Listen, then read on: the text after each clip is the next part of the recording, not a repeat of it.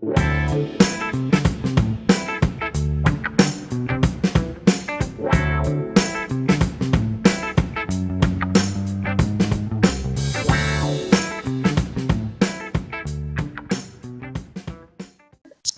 you want me to go ahead and let it rip first? Or yeah, okay. Do it. So my name is Janine Miller, and I'm a survivor of Victory Christian Academy that was located in Ramona, California. It was opened in 1985, and it shut down in Ramona in 91, but not because of the child abuse reports that many survivors made. It was bogus. It was about not meeting up to fire code standards, which they weren't, and being unlicensed, which they weren't.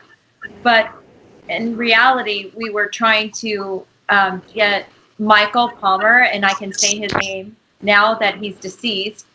Michael Palmer was abusing many girls since 1985 in the name of God.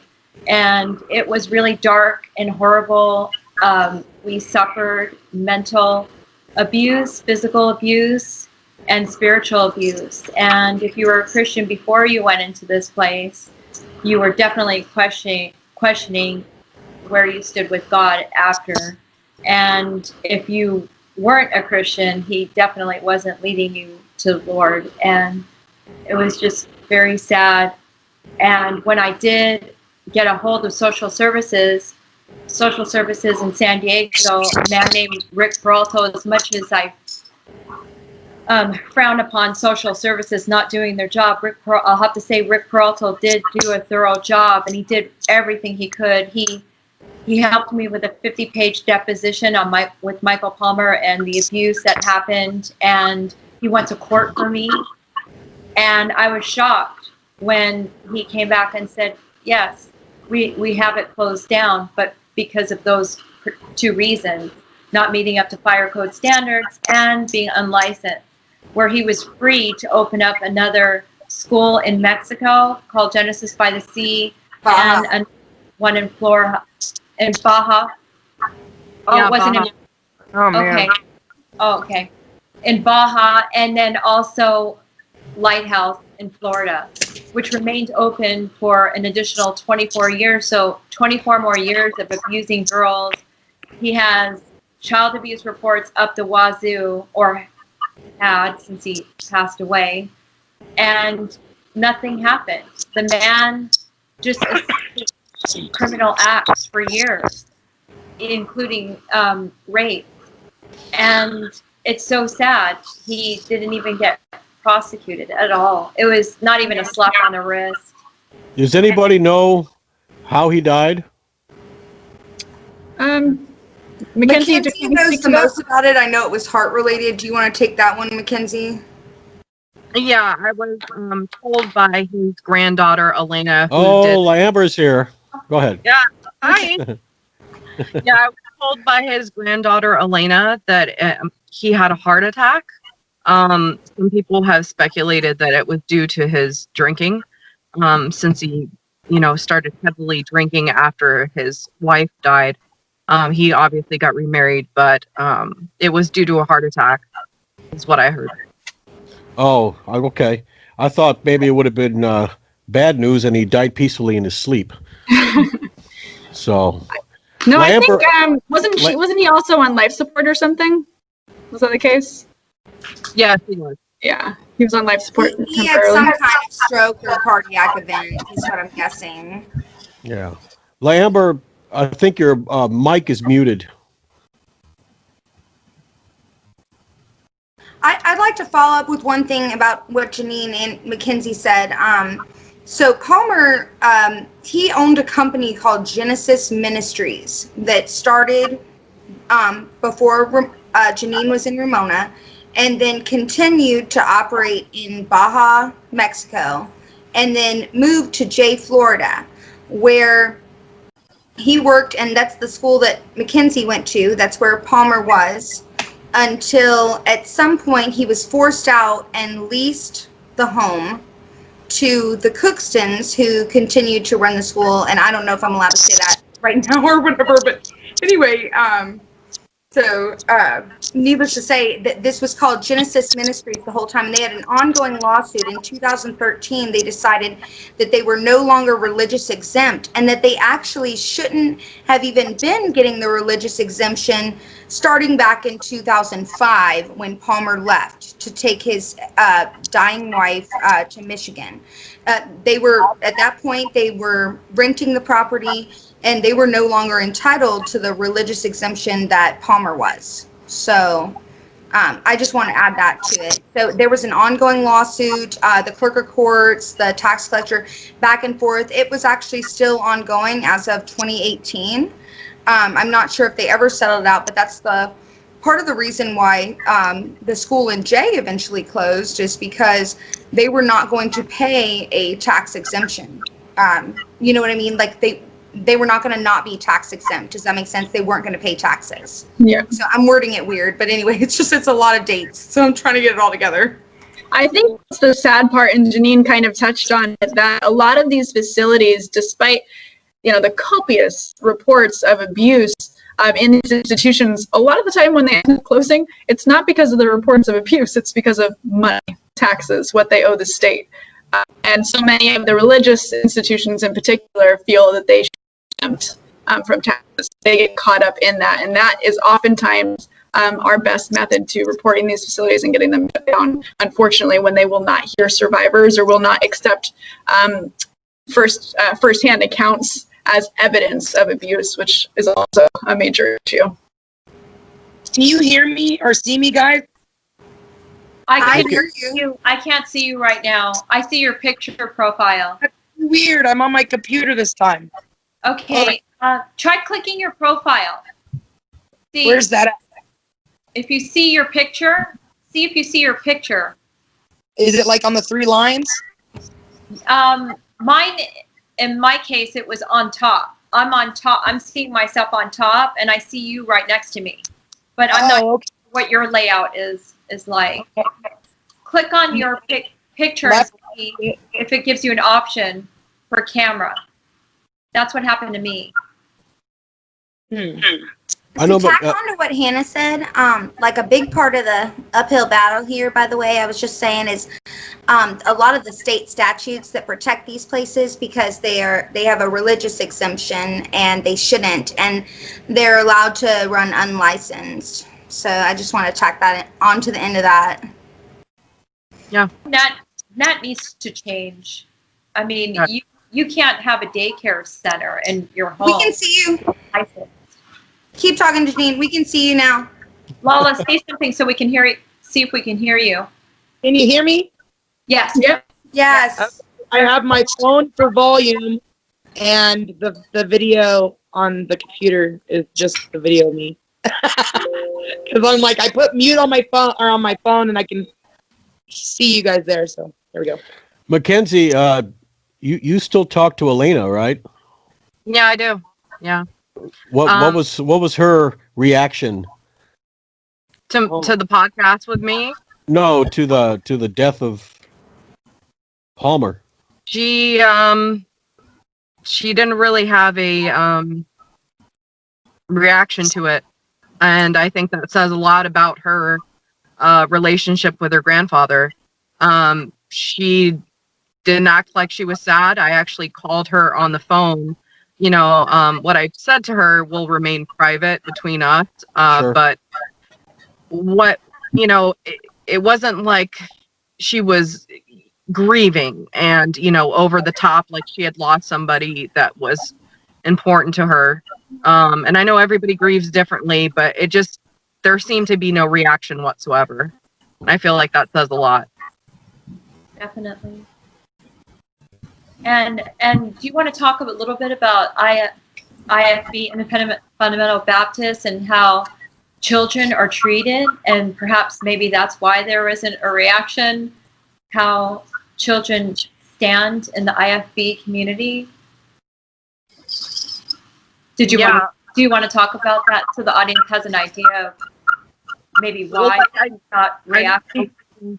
I knew Elena grew up in Victory. Like, she says she wasn't staff, but she did become junior staff. So she was staff. She wasn't just a girl, whatever. But she grew up in that whole IFB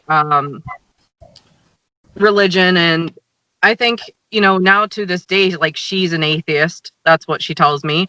And it just, I don't know, it really messes you up because I wasn't raised under that, so it was very different for me, because I wasn't raised in that type of Christianity where they're preaching hellfire and brimstone towards you. I was raised in a really loving church.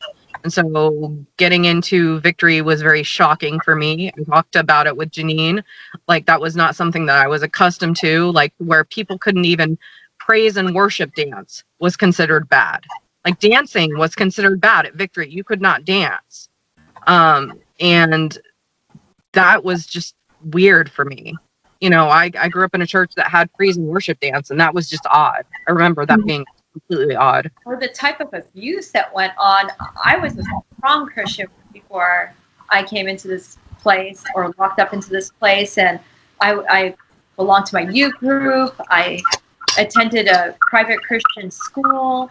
I had a really good relationship with God.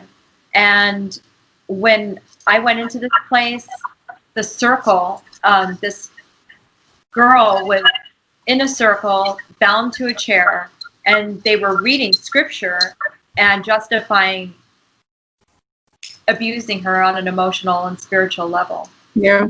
And I've never seen anything like that, ever. Yeah. I think that's It's how California changed, like how Ramona was in Victory, and then how it was in Florida, and then how it was in Lighthouse, because we have like basically all the generations of girls in this video minus Baja. Sure. Then have Janine start. She can talk about Victory and. Sure. I've read that part in her book. Do you mind if I cut in right before she starts? I was just going to say that what that chapter, what the story that Janine describes, they're all sitting in a circle, pointing at her, calling out her sins. It's exactly like in Jay at Victory and Lighthouse, how we would call it a rap, and we would basically do a mini version every Saturday with helper's notes. I mean, you guys know helper's notes, right?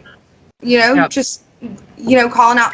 But I'd like Janine to speak. I was just going to cut in and say, this was continued to be the same thing, but it was called different things and done in a very similar fashion from 1988 all the way through to 2012, at least. It just so happens in 1988, and I agree with you, there were things that have changed, like the Get Right room, but the rap sessions were still the same. They called it rap, and we would have that on a Wednesday night, and it was to tear down girls' spirits, their self-esteem.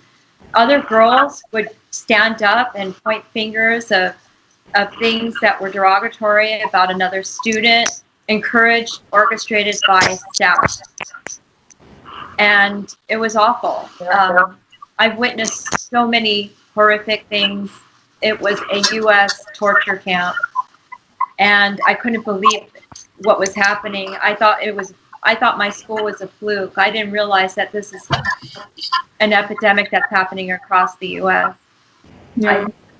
I really didn't. Do you guys remember, can you hear me and see me still? Oh, yeah. Yes. Yes. Do y'all remember? Well, I know that it was called Hot Seat at Victory Christian Academy when you were in Jay, Florida. That's what it was called. It was called Hot Seat.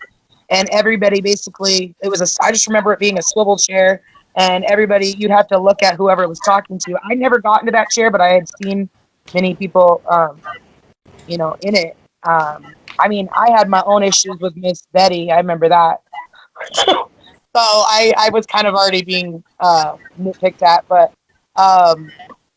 yeah. So and the Get Right room that's what it was called in Jay, Florida. And it said Ramona too. Get Right room. It was called the Get Right room until about, Rachel, you can correct me if I'm wrong, but they changed it from the Get Right room to the Room of Grace. Grace room. They continually tried to paint a pretty face on all of the ugly things as more reports of abuse came out. They would try to pretty things up for parents who would come and they'd see this room, and now instead of the Get Right room, there were pretty words above it that said Room of Grace. And now there was an answer for the screaming coming from the hallway outside dining hall. So I always wondered what was going on in there. Like, I never ended up in there because there was always somebody in there. So, like, I don't know where, but Always. Do you want to describe the Get Right room, Hannah, to the audience for those who don't know or haven't? Yeah.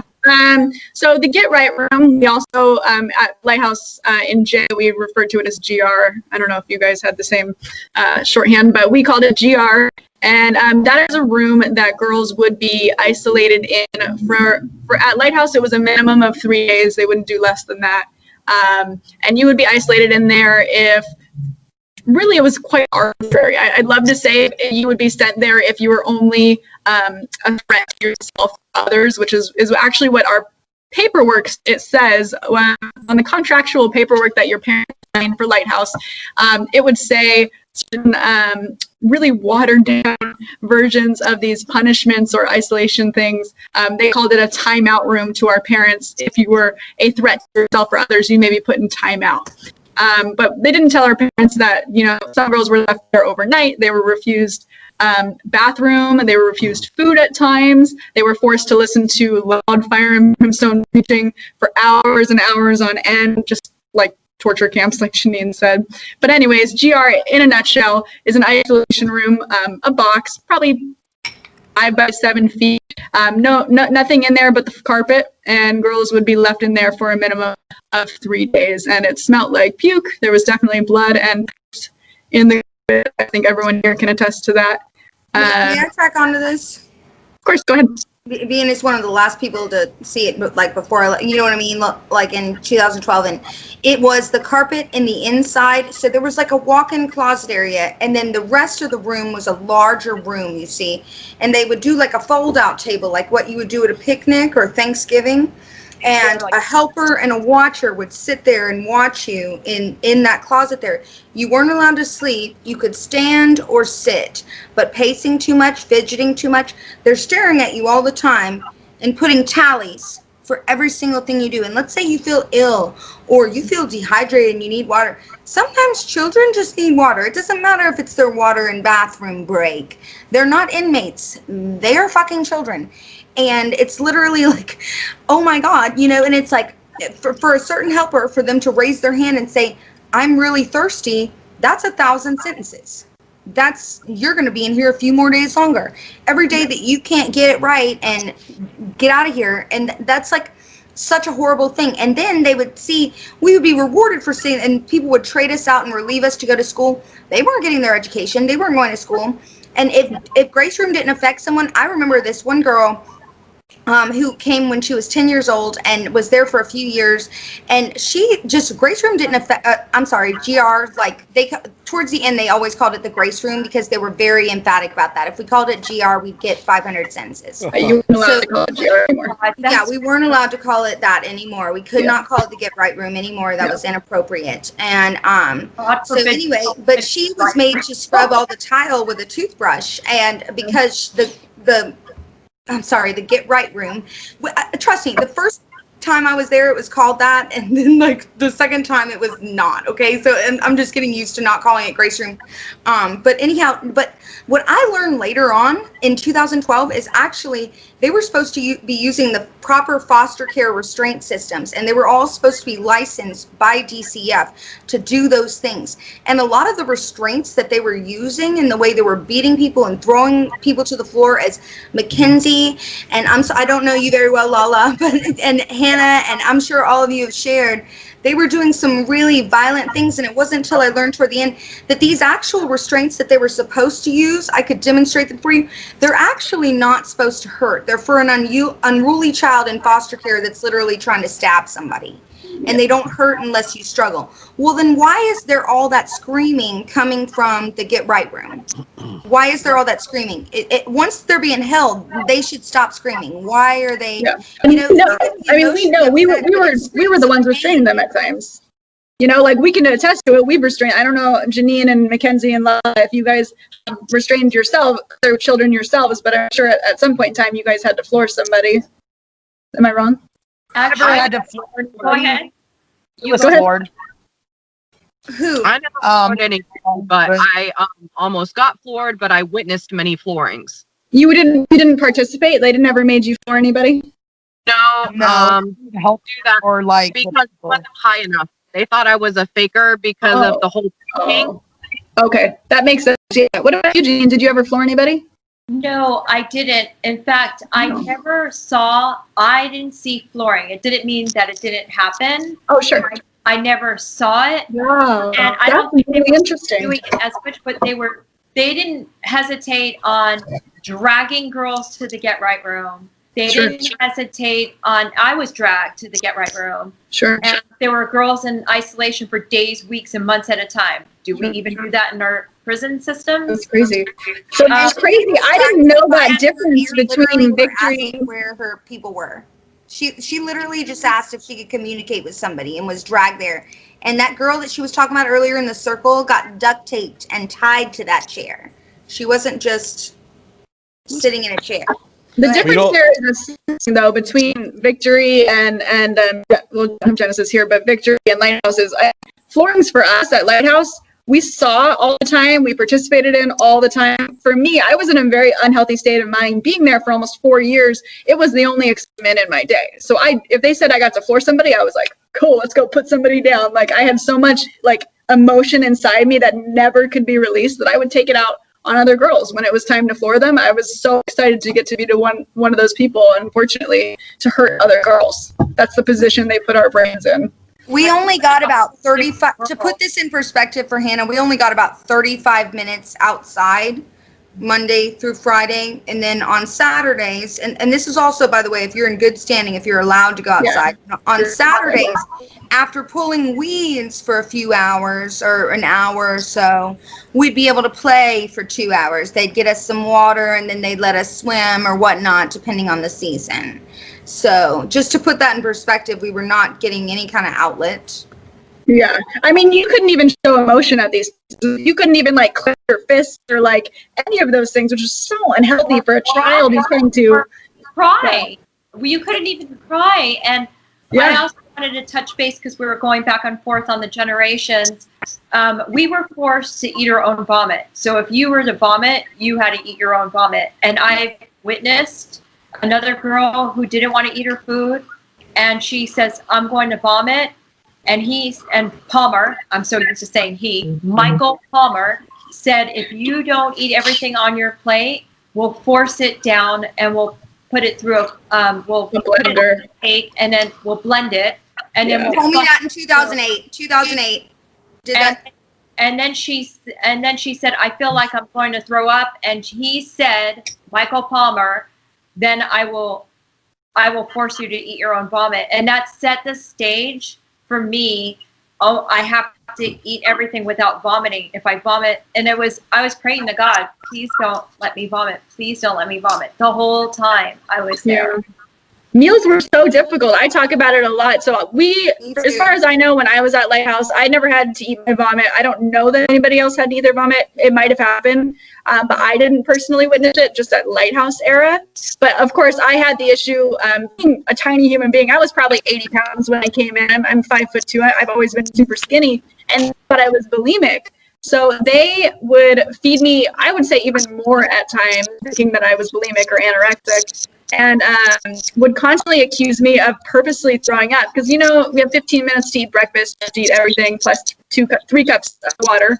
And 15 minutes, that's really hard to do. And so I would throw up probably a couple times a week. And finally, the pastor's wife one day said that I could no longer use a bathroom if I had to throw up. And that if I was going to throw up, I would throw up right on my plate in front of everybody. And you guys remember those tables? I mean, girls are in elbows distance I of was me actually throwing up there. on my plate.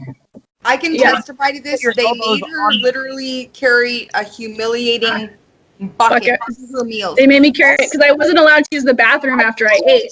So I would have to carry on this bucket that I would just throw up in for hours after every meal because I just have shoved all this food down so I wouldn't get in trouble, and then it would just come right back up after. I was like, my stomach could not handle it because there wasn't like a portion of less food. It was either this huge portion of food or this extra portion of food because some girl at some time had said she was being starved, which honestly also could have been the case. And so they kind of like punished us all by just overfeeding us and giving us the tiniest amount of time to eat all that food plus 3 cups of water. It was crazy. Can I cut in here? Because I've actually been there in the kitchen when Mr. Kidder has visited from the Santa Rosa County Health Department. Mm-hmm. They have meal plans for us where they require us all to eat the same amount of calories as an adult, a full-grown adult, not an 80-pound 16-year-old. And y'all didn't know Hannah then, you know what I mean? But I'm sorry, she's too small to be eating that much. She should have been allowed to be a quarter. My parents wrote a note to let me be a quarter. So, but anyway, no, but it's really messed up because they would feed a lot. And that broke my heart. I did not like giving medical demerits at all. I did not believe in it, and I wouldn't do it. And if they challenged me on it, I would act like I forgot, and I would get 300 sentences for not doing my job. But I never gave anybody a medical, because that's medical. Not letting her go to the toilet to throw up, like she had to carry a bucket. And I'm sorry for interrupting her monologue. I'm sorry, but you're good. Really messed up. And she had to sit there at the table, and then she literally would do it at the table. Go ahead, sorry. I know that's the end of the freaking story. Yeah, Go ahead. It was Go messed ahead, up. It was very messed up. I came in with a shaved head and it was like bleach blonde, and I was there from 2002 until 2004, which I think I was just praying my parents ran out of money. But eventually I think that because Mr. Palmer, I worked in the yard crew, so I worked with I knew Mackenzie because I would shadow her. I only was allowed to shadow because the first 3 months I was there, I was in detention with demerits. So every Friday night I was in the school hall doing demerits and got really good at cursive. Then I was on a strict diet. So I came in, I've always been big my whole life, but except when I was there. They controlled what I ate. Miss Brown was, she was nice to me at some times, but then other times she was very like one time Mackenzie brought it to my attention, but she came in the dining hall, the door there's a hallway where the GR is, and then you go into the cafeteria right there to go and get in line where all the damn dolls were. Anyways, those things creep me out. I always wanted to break one. Just to see. Yeah, a whole bunch of The weird creepy dolls. Yeah. And so yeah, I remember going in there, and I think somebody said that I was getting candy or something because I was on a diet. They said I was on a diet. My parents were like, "She's overweight. She's only 14." Because before that I had a lot of weight issues. But the reason I had weight issues was because I was adopted. I was adopted at 11. Okay, they sent me to the school when I was 14, just turned 14, because I started running away, and they couldn't keep me safe, is what they said. And they heard about it from a friend. And I remember getting there, and when I first got there, I thought I was going to a camp because my mom drove me there. She didn't do the option, so I was thinking, oh, this is great. I wrote my family a goodbye note, and when I got there, I remember Graham's room was right next to the bathroom that they would take us in to strip down. And I was also a VBAC, by the way, because I got to go home and then ran away in an airport. So back up. I got to back up. I remember being a helper. I was a kitchen helper for a little bit, but I got demoted because I didn't get enough demerits out or whatever, because we were late to chapel, and I was breakfast kitchen helper, which I hated because it was I was always drenched by the time I was done. I mean, the whole front side is wet. And I worked with a lot of Nikki was the kitchen mom, I guess. Nikki, which is Elena's mom. Yep. And the Chrismans. And then her husband, Guy, which I don't think they're even married anymore. But yeah, it's a long story. They were all kids. And I just remember getting thrown in the shower one time. I got floored. But at that time, it was only helpers and buddies, people that could buddy people that were able to help with flooring. If you remember, Mackenzie, in Love Dorm, I remember that's what it was. It was only because Nicole was the dorm helper, right? And then we had I want to say it was Catherine, and Catherine. So I'm friends with her now. She's awesome. But it was really scary because I didn't want to get in the shower. It was just the night. I'd already had a shower. We showered every night, but I just didn't want to shower that night, And this girl I think her name was Amanda, and Hannah all threw me into the shower with my culottes on, and Miss Betty came up there and was like, oh, what's going on? Like, acted like as if it was a surprise, because she's probably been through many of those, but I didn't know that at the time. And I was like holding on to the bed frame, like had my arms wrapped into the bars or the wooden bars at the end of the bed. And because I did that, they did not let me sleep that night. They had the helpers sleeping around my bed, and every time I would fall asleep, I was on the bottom bunk, they would wake me up. That's so crazy. Deprivation. And finally, I conformed so that I could get by until my parents they said they were taking me home. I was going on a cruise ship reunification. And then they told me, oh, since you said a bad word, you're going right back there for another year. And I said, nope. I ran away in the Houston airport, and I was gone for a week, but then they got me. Yeah. And then they took me back for another year. And I was on orange shirt, and I was so pissed. Oh, boy, did I get in trouble. And then Miss Betty wouldn't let me have a goodbye party when I finally left, because I wasn't at my year. Like, I had been there for 2 years, but you know what I mean.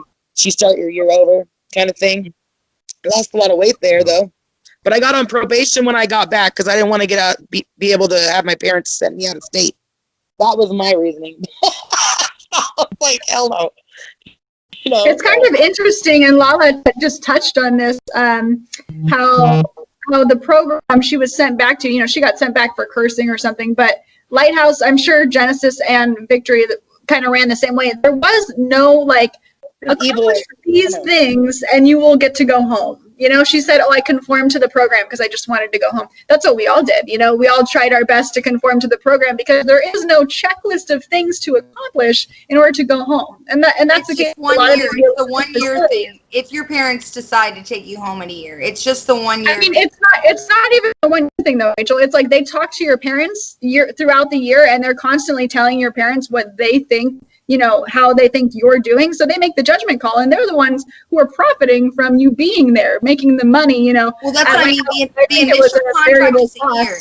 Sorry, I didn't mean to talk over you. Sorry. Right. The initial contract is for a year, and then they can choose to.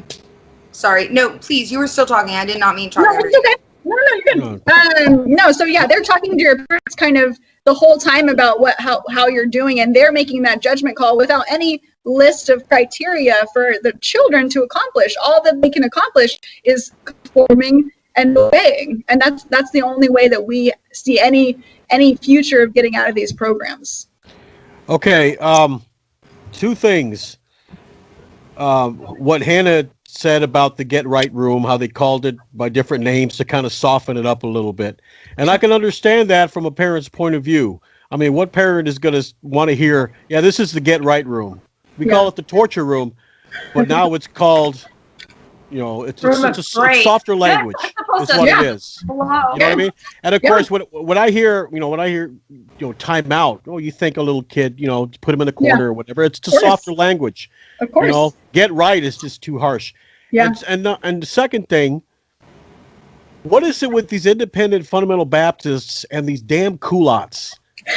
Those are the ugliest things I have ever seen. Okay, all right. Can I take this one? Well, so, yeah, but hold on, just a second. I went to the Rebecca Christian school in Texas, and Rebecca girls had to wear those things. My goodness, there was a sin just wearing those things. They were gross. They were gross. They were faded pink. Yeah. They were nasty. Yeah. I mean, do you know anybody? Victory. I had some plaid ones. I had floral. I liked those. I did not like wearing dresses and nylons. Hell no. So let me tell you, my mom actually went to this old lady's catalog in Blair when I was there, and she ordered me a few cute pairs of the culottes from Blair.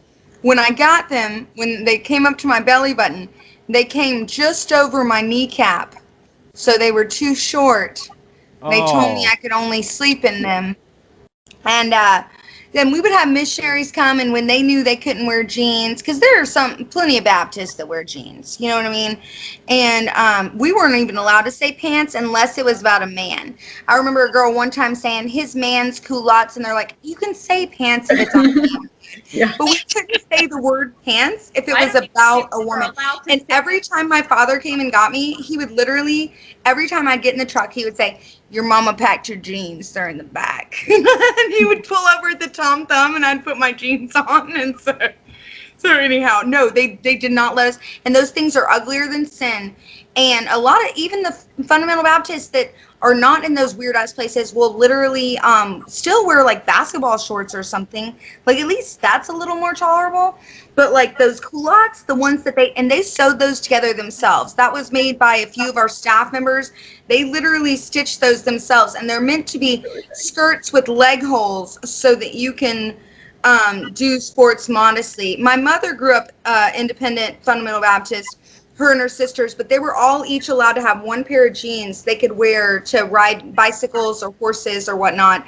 And my mother would always change into hers with her friends at McDonald's. So just, you know what I mean? Like, so, you know, but that's what, they just think they're skirts with leg holes.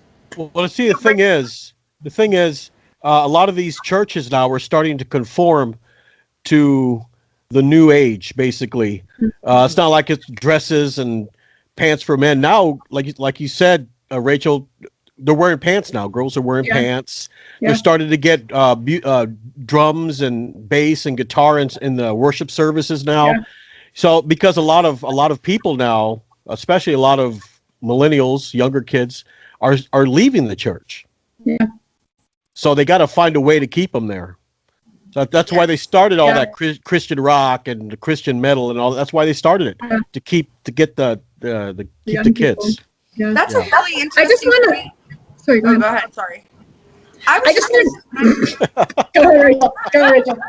No, you go first. All I was saying about Christian rock was when I left, they wanted us to go to Christian colleges, and I was afraid I wouldn't be able to talk to anyone else that had ever been there, and I would just have a complete loss of everything that I had been a part of for 5 years. So I went to one of these pants-wearing Christian rock colleges, and I got kicked out for smoking a cigarette 100 miles away in Panama City. So there's that.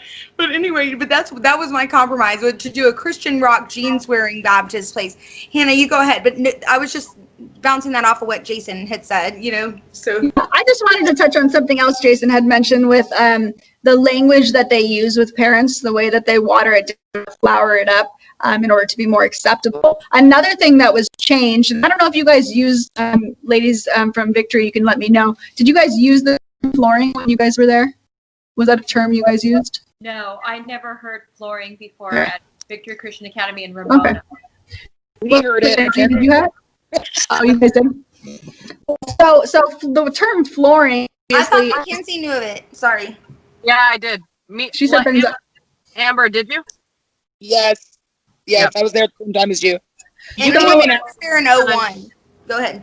So the term flooring is used to describe the way that we were physically restrained. This happened obviously in isolation, but also, at least for Lighthouse, I can say, all over the facility. I mean, chapel, dorms, dining hall, school, it happened everywhere. And this is the way that they restrained us. They would trip you, drag you, or otherwise force you to the floor, put you on your stomach, put your hands behind your back, and then they would sit several hundred pounds of body weight on top of you via staff members and or other students. This is what I talked earlier when I said, like, I would be asked to floor other girls. They would have me sit on top of them. And the term floor used for it would say, oh, this person got floored, they got floored, come floor the girl, whatever. That also changed around the same time that GR changed. So many accusations come out. And when you realize you have terminology growing reference to the way you abuse children, they want to stop that. So we were also banned from using the word flooring at Lighthouse. We had to use restrain. Yeah. Well, in 2004, Victory Christian Academy in Jay, Florida changed to, or got rated. I know after I got taken out, I want to say March, I remember the date, March 24th of 2004. But I got taken out, and I remember hearing, like, shortly after, like 4 or 5 months after that, in that year, that it got rated because some parent hadn't heard from their kid in a while because she wasn't writing letters, blah, blah, blah. And then they found out about the Get Right room. And then I think is when that's what I've heard. Is that all true? Because I don't really know other than what I was told. So. I can't speak to that one. Janine, I can don't you know of that. Mackenzie left I think a little bit after me, or maybe before. What were you saying? I think I was gone in like either 2003 or 2004 because I was a B-back. So I went there initially in 2001. I know I talked in the podcast how I initially went there in 2003, but what happened was I looked at some of my old letters, and when I found my letters, I found my 2003 letters. So I thought that was my starting date, but I actually found some more letters that were 2001. So I actually was there 2001 to 2003. I went there for 13 months, went home for 6, and then I was back for another 6 months, and I was there in 2001 in November is when I went in. So the very end of November of 2001. But Janine, I was going to ask, could you talk about how the Tampa Bay Times influenced Victory and the whole switchover with Palmer? Because Palmer, a lot of people said that, Palmer didn't really have interaction with girls. I had a ton of interaction with Palmer. I remember Palmer threatening to start my time over. He told me that my parents didn't love me anymore. I was adopted. And that mentally messed with me. And they also took my letters. The only communication that I had with my parents was letters, through letters at that time. And they actually made me write my parents every single week, several times a week. And I was receiving no letters in return. And when I questioned why weren't my parents writing to me, Palmer came up to me and told me to my face that my parents didn't love me anymore. And that's why they weren't writing. And that if I didn't get right with God, that they were going to start my year over.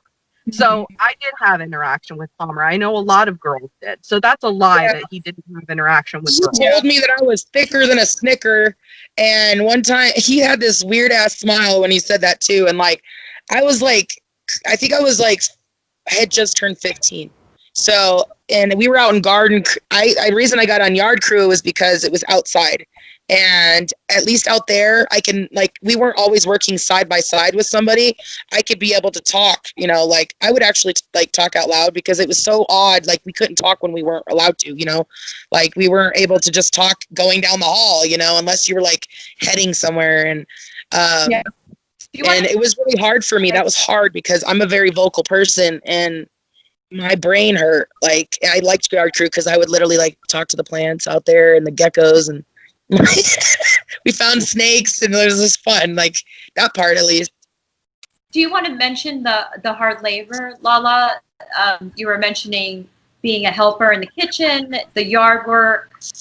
Did you get paid for this? You want to explain? Did not get paid for any of that. Miss Betty finally let me have sugar-free candy on Friday nights, but then she gave me too much of it, and I didn't know at the time that those are not natural diuretics, so if you eat too much, you will have diarrhea. And I was literally, and then I got in trouble for having diarrhea because it wasn't keeping my food down, I guess, in a sense. I don't know, but that was when I made that announcement about the candy thing. Amber is not allowed to have candy to the whole place.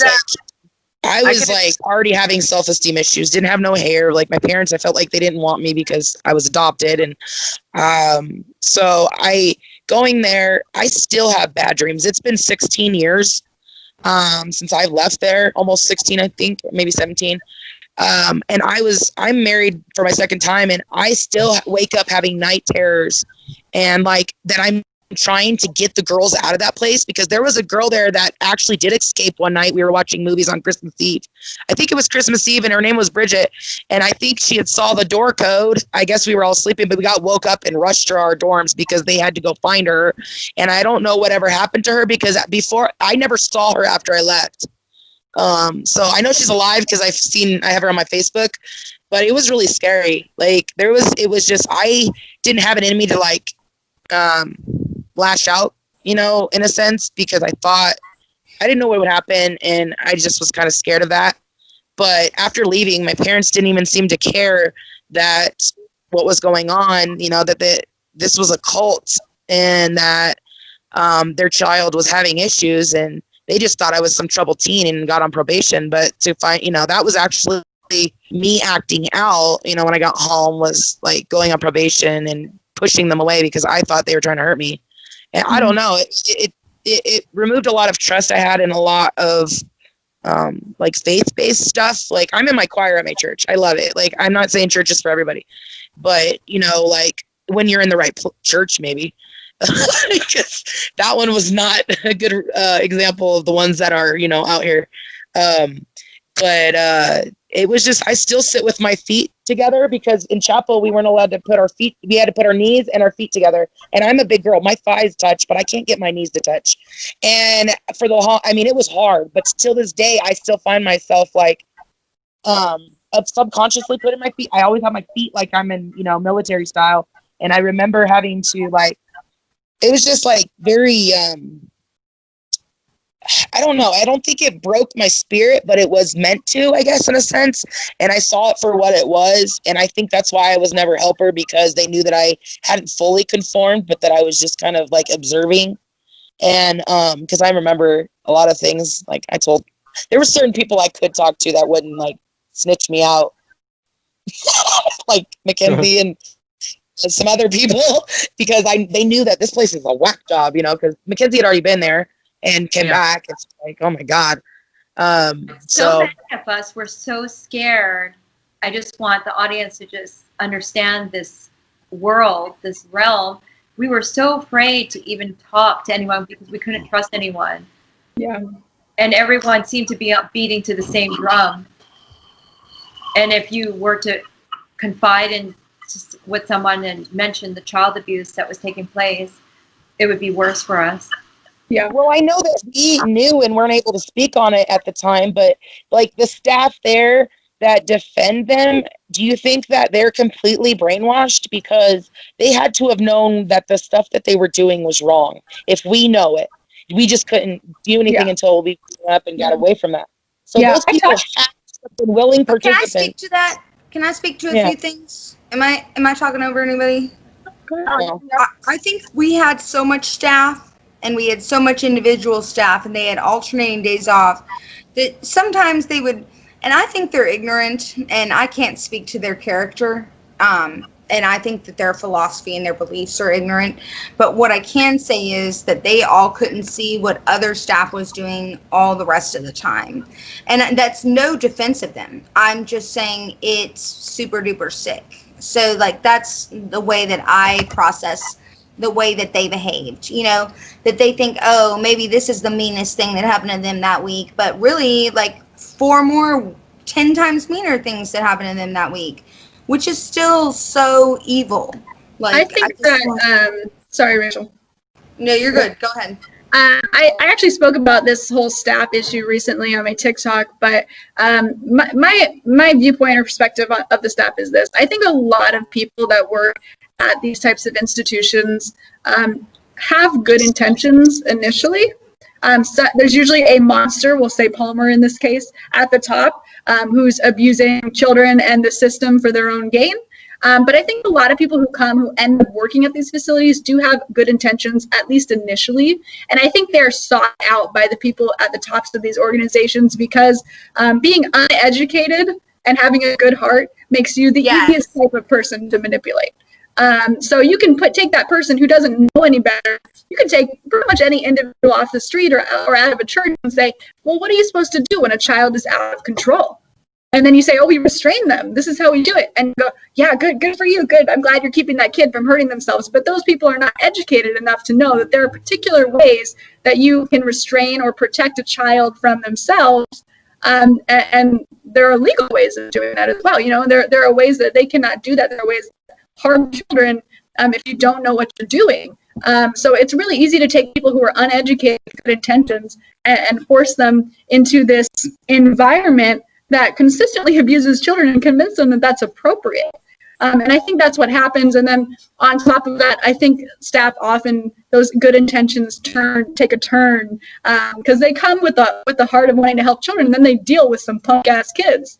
And they're not our parents. They don't love us as much as our parents do. So that that patience that you have for punk kids, I think quickly diminishes. That it's very easy to start treating them and treating them the way all the other staff are treating them, and I think all that falls away. It just becomes this with really a combination of being uneducated and ignorant. I was just adding that to what you were saying. Part of the culture. A lot of them, like the Dores, they grew up in that school. They graduated from there and then became staff. Georgina, She was staff member when I was there. She became a staff member. She was like the most tattooed like person. I was surprised they let her on the staff, to be honest, because I thought she was gonna come and save us. She looked like an outsider, you know what I mean? Like as far as like tattooed up. I was surprised they let her be a staff. But I think like she like I don't know, like I know Charity was really hard on me. But then again, like when the Piggott boys came, like I heard that Charity sister Melanie got married to one of them, and that was just creeped me out. I mean, I love them. I'm glad they're happy, but like it's just like they all grew up together. They're all. It's like me being adopted and having sex with my brother, even though we're not blood related. I mean, think it was Mackenzie just wanted to say shit like that. something. I hear you're saying, can I say, oh, go ahead, sorry. Really weird. All I was going to say, you mentioned the name Piggott. So the Piggott brothers, they're Pigotts twins. and Brother Jim are the co-owners. They also own Genesis Ministries. Yeah, I know. Piggott brothers used to come when it was Victory Christian Academy with Michael Palmer. Trust They me, would come and- they visited us as ministries.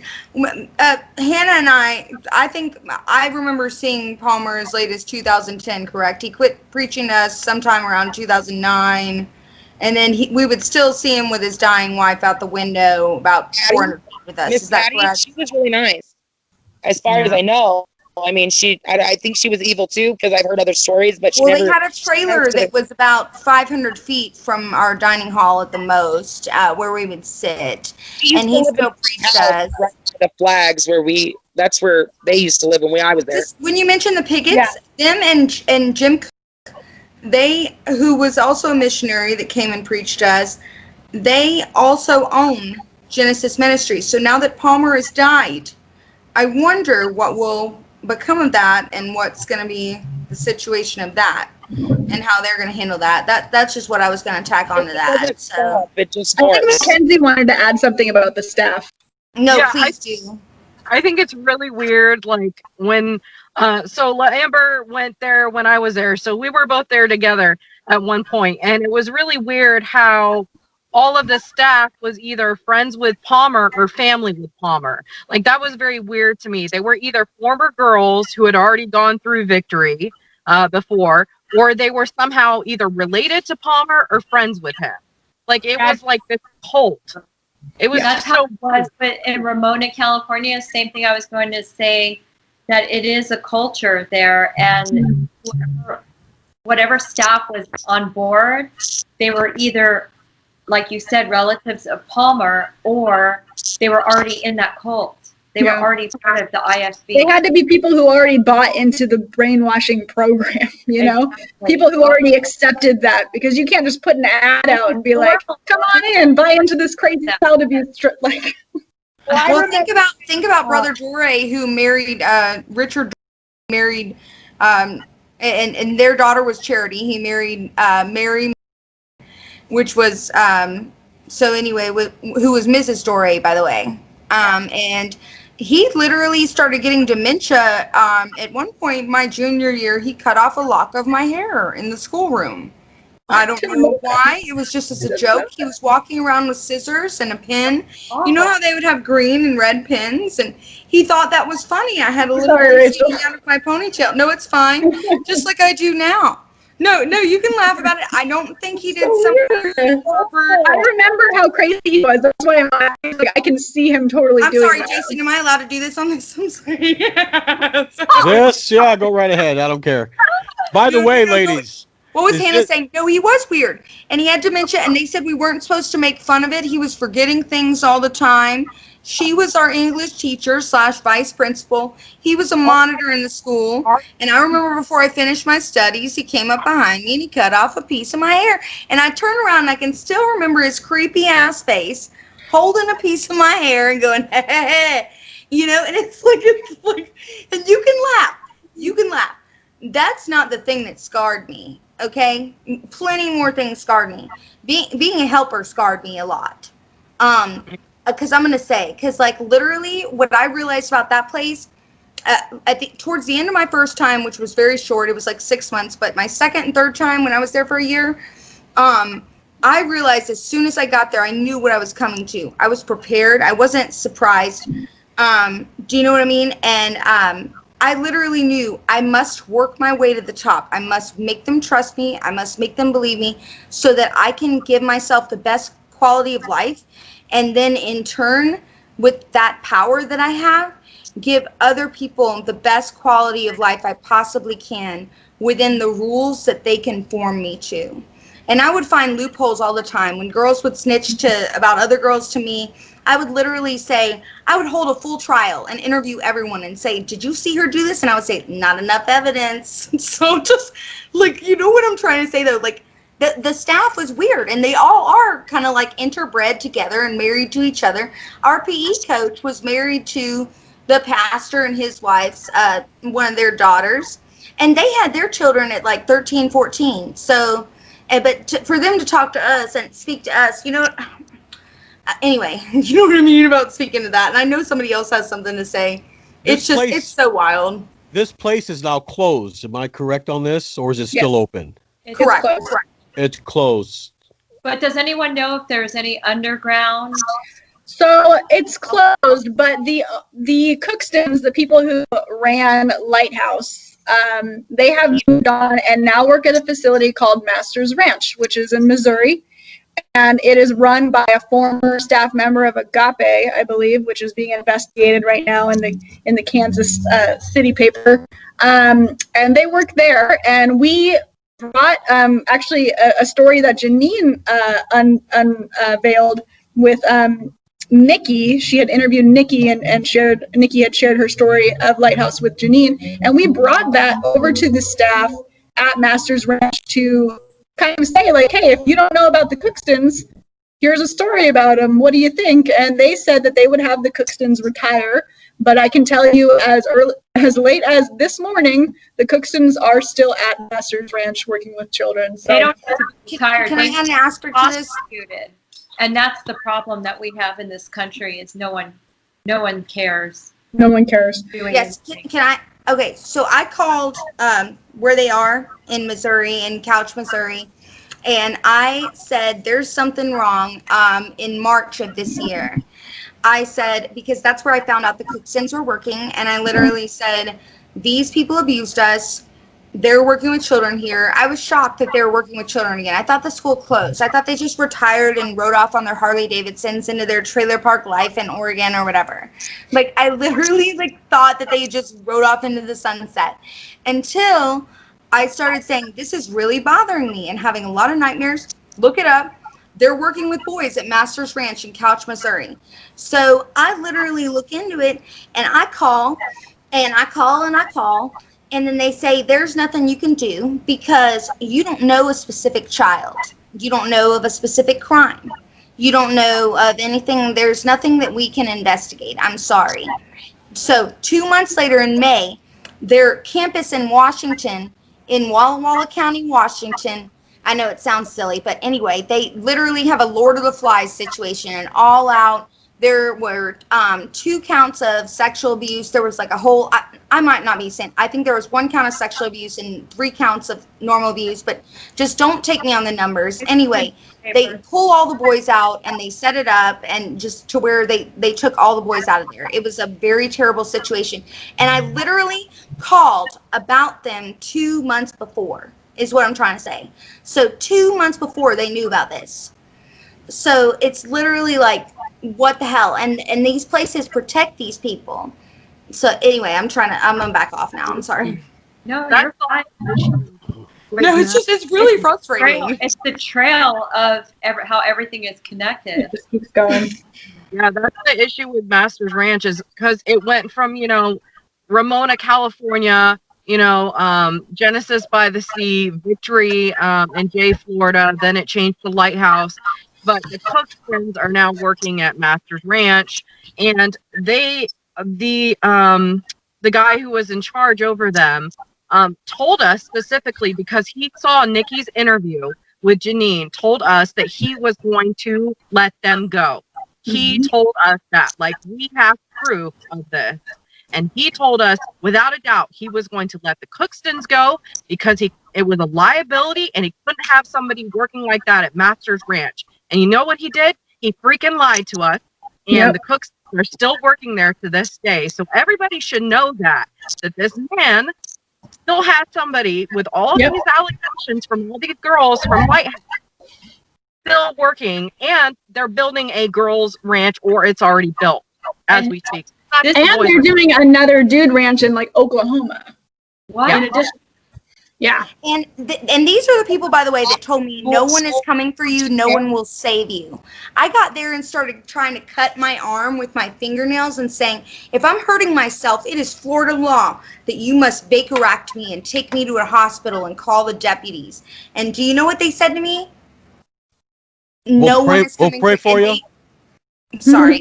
You know what they did to a girl in Ramona, California? So although we didn't have the flooring, they had no qualms about putting girls in handcuffs. Someone tried to kill herself. She just came into the school, just got locked into the school, and they handcuffed her because she tried to commit suicide. They never got her any attention, medical attention. It was medical neglect. And worse, they berated her in chapel. So in the house of God, they berated her in front of all the girls. And this was her first day of Victory Christian Academy. Hannah, does that remind you of Amy? yeah, that name. Oh, I probably would name names. Can we cut that out? Yeah. I'm writing them all down. Go ahead. Cut that out. I'm sorry for my. No, you're okay. There was a girl who tried to kill herself. She would try to kill herself all the time. And that's the sad truth of being at this facility for so many years of my childhood is it really became second nature to hear girls try to hang themselves with tights or try to cut their wrists. And this one girl would try to hurt herself a lot. And somebody, one time I was a helper, somebody walked by me and said, Hannah, so-and-so's trying to slit the wrist in the bathroom again. And I just walked back there, slow as ever, just with no urgency, picked up the door off the hinge, grabbed her by her bloody wrist and just dragged her out into the hallway and left her there, and then had a call on the... Was this in love?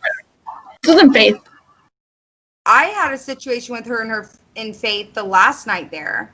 And what I know is that someone came to me and said that she is bleeding out and she's cut herself in the last stall in the restroom. And she says if anyone else is going to come near, she's going to hurt them. Yeah. And she's going to kill herself. Yeah. And but she had someone came to me and said that, and I was 16 years old. I was the only helper in the dormitory, and I had about 25, maybe 26 girls in there. Yeah. And I thought, oh, holy God. And I said, everybody get out, get out. Now I gave my buddy away to someone else. I said, everyone's on dorm silence. You take them 2 at a time to the bathroom. I was like, go, go, go.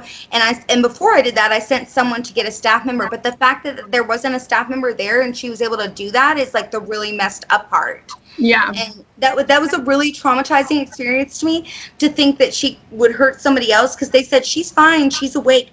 She says she's going to hurt someone else. And then I went to the bathroom and I looked and I saw the blood. And I was literally like, oh my, everyone, leave without your shoes. You don't need to get checked. You don't have to have a slip on. Leave now. If you're not decent, throw a jumper over yourself. Go. And to be 16 and have to, that's not, honestly, that's incompetence. What are they paying our parents for? Yeah. The whole point is they had us doing all the work. Yeah. All the staff work, all the hard labor. I had 4 jobs and 2 buddies at one time.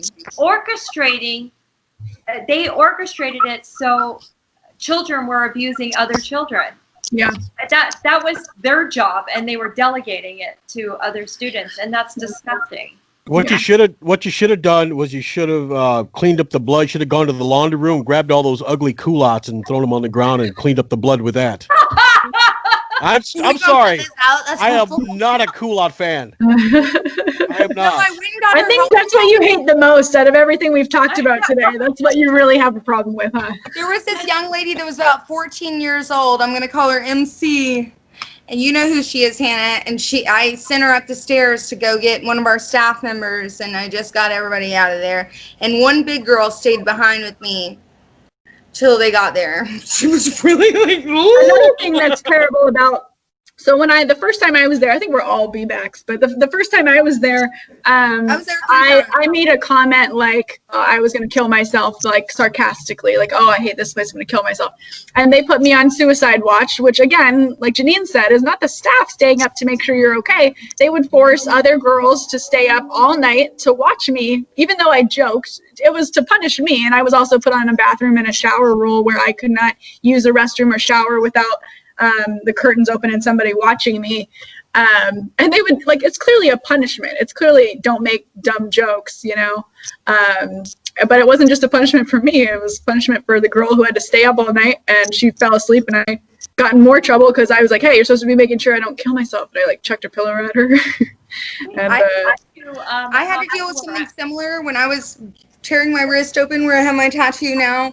They made me wear yellow rubber gloves at all times except when I showered, and then they told me that I was on bathroom rule and I wasn't able to go to the bathroom for like at least a week or two, and literally they had another child watching me defecate and urinate. And I asked, I said, am I on the shower rule too? And they said, don't be a sicko. That was some kind of lesbian thing. And I'm like, okay, well, I don't understand. I have more privacy in my shower stall. Then So go why are you watching me poop and urinate? Do you know what I mean? Like, Yeah. I was like, and then I got 1,000 sentences for asking that. So hey guys, this is where I'm gonna have to leave the chat, but thanks so much for chatting with me. I hope to see you guys later and talk more, okay? Can I ask you I one love you, thing dear. before you hit Sure, the sure. button? You had mentioned that you were a helper and you had floored other girls. How did that make you feel as a survivor today? Do you have you felt that? Yeah, I mean, so one of my biggest symptoms out of all, so I suffer from complex post-traumatic stress disorder, generalized anxiety disorder, panic disorder, and major depression. And the biggest thing that I suffer with now is I'm extremely sensitive to loud noises or to sudden movement. So one of the things that I really suffer from is I learned, or I've attached it to floorings, is either when a girl was getting floored or when I was getting floored, because I've been floored. When you were in the dorms in Florida, they're very thin floors, very, very thin. So whenever it was like, if you heard people walking upstairs, it sounded like elephants, right? It was very loud and the whole room shook. And so now if there's fireworks, if people are running in a place with thin floors, I am triggered and I have pretty debilitating anxiety and panic attacks. I've even burst into tears just being surprised sometimes now. So there's definitely a psychological impact. I joke about it because that's just how I am as a person, but it's definitely a real impact. And again, I mentioned it earlier, the saddest part about the whole flooring thing to me was how much I enjoyed it. That I had so little enjoyment in that place, and so few means to express myself, my emotions, what I was feeling, that I came to a point where I would take it out on other girls and was happy to do so. And that to me is the most disappointing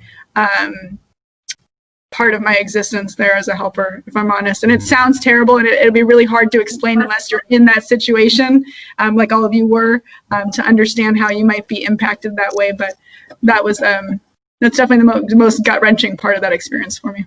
I can explain it very well, and I think that the fact that of the very little exercise and stimulation we had, that we were teenagers with hormones, and you had very little dopamine and adrenaline, and that literally I don't like people to knock on my door. I would rather unlock the door and them tell me they're almost there, and when they open the door, I still holler because it's still a loud noise. But if you know what it's like to live down below in Faith Dorm, all the other 4 dorms are above, you know what it's like to hear boom, boom, boom, boom, boom, boom. It is literally, I'm not trying to fuck anybody up. It's terrifying. And I know you have to go, Hannah, and I love you, but it is terrifying. The boom, boom, boom, boom, boom. And then not knowing, do I need to protect everyone, or do I need... A big thing that they always asked me to do all the time was to watch everyone and to watch everyone else. They never made me...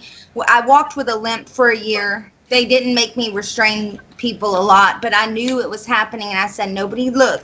give her dignity. Yeah. And just, it was a really tough thing. All right, ladies. Thank you for sharing. Thanks so much, guys. I appreciate All right, you guys. Thank you so much, Jason, for having me. Have a great Yep. night, guys. I love you. Bye. I'll talk to you later. Bye. All right. Mackenzie, you still there? There you go. Your Yes. face was frozen there for a while. Sorry. That's okay. So you're, I'm in the little one at the top. I don't know. Yeah. I'm probably way too animated for this. I probably look like a crazy person. My cat got me. So we No, have, I'm okay. I got a pretty good sense of humor, but sometimes I start getting in these rabbit holes of the, like her, like of the PTSD. You know what I'm talking about? Like of the feeling of it. Like I have to protect everybody else. Like I have to, like their lives depend on me. Like if I don't punish one person, then all these other lives are in jeopardy. Because on Saturday we had to write helpers notes. So during the week, and helpers are the only ones that are allowed to talk to everybody, but it has to be quiet time worthy during quiet time. So during and they can't be on dorm silence. So non-dorm silence people during a non-quiet time, I would go to throughout the week and say, hey, what is it you're struggling with? Is there a problem in the kitchen? Are you doing okay? What's going on? And then sometimes I'd see a buddy struggling and I would just say, you know what, this is dorm silence worthy because I'm a helper. And I would ask them, what is going on? And they would say, my helper is not letting me take my medication. My helper is not taking me to use the restroom. My helper is not. And then I'd find out that she was doing, and then my notes would be contradictory to everyone else. I would say, such and such finished their verse sheet this week, and all the other ones would be like, such and such is so defiant. Da, da, da, da, da, da, da. But I always made confessions about myself too, like I didn't notice this or notice that about myself, or that I wasn't paying attention to. I felt like calling out myself as much as anyone else, and to this day, it's really rocked me. Like it's not that I care what people think of me. It's not like that. And I know there are certain people that'll never like me and that I'm kind of weird, but like, I guess it's the thought of like, I always want to make sure that, you know, the people that I care about know that I have their best interests at heart, and I'm always worried about, and then also maintaining my status or position. My second time there, I was removed from helper because the reason I was told is I wasn't telling the other girls please and thank you enough. And then I was reinstated 2.5 weeks later for no reason. I didn't miss a Friday night. I didn't get any demerits. I didn't get on dorm silence. They just took away my helper's bag and my position to be a leader and said, it is what it is. You didn't say please and thank you enough to the girls. But then later I was told I wasn't mean enough. So I just couldn't do anything right in this place. That's the thing with victory, though. Damn if you don't. Go ahead. Yeah. That's a thing with victory, though. And that's why all of these girls, you'll see Hannah talk about it, how she felt she liked to floor. And I don't fault like Hannah or any girl for that. Because it's almost like if you didn't fall into this like authoritarian position, then they would come and strip your position away from you. Like if you weren't it was enough. survival. It was definitely a surviving mechanism. When violence would happen, I would always hear it, and they would send the others above.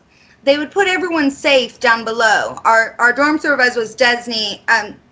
Jason, I don't know if you know who she is. I don't know if you need to edit that out. She was about like my 600-pound life, but maybe plus some more. Anyway, they put everybody safe down below. The English teacher? But we would hear, yes, but we would, and she was one of the dorm supervisors, but we would hear the violence above, and we had stairwells where we would run up the sides, and they would say, helpers, or they would say, you, or if it was just me, there were times where it was just me and a staff member, and I didn't have a position, but I had been there so long, where they would say, Rachel, you're in here. In here means a helper always had to be in there. Always had to be in the dorm. At one point, they made it to where if a staff member wasn't in there, it was quiet time. But someone always had to be in there. So let's say I had to use the restroom and I'm the only one in there. And I have 9 girls in there with me. And the other ones are at their kitchen jobs and doing other things and whatnot. So that means there are 6 bathroom stalls and 6 shower stalls. And I have a buddy as well. So let's say there's 10 of us. I would have to put 4 that I could trust to be together to stand in shower stalls. Then me and my buddy, and this is literally for me to defecate or urinate before we go somewhere, because I was the only one in there and they all have to stand in a stall. That was the only way that I could leave the dormitory and with the rest of them in there, is if they were all in a stall as well. So also I want to mention that. That's some more crazy ass shit. But the bang, bang, bang, that is literally, they would tell her, I have seen Hannah hold a child. I have not seen, now, we had some in-betweens of it, you know what I mean? But I've never, like, where she was there and I wasn't there. She's not that big, though. If she sat on somebody, it wouldn't hurt them. But I have seen situations where they've asked her to hold somebody. But also, I don't know, because what they would have me do with my rheumatism and my limp and everything else, and the fact of the way I was a good leader and everything else, and I could manage, you know, but you know what I mean.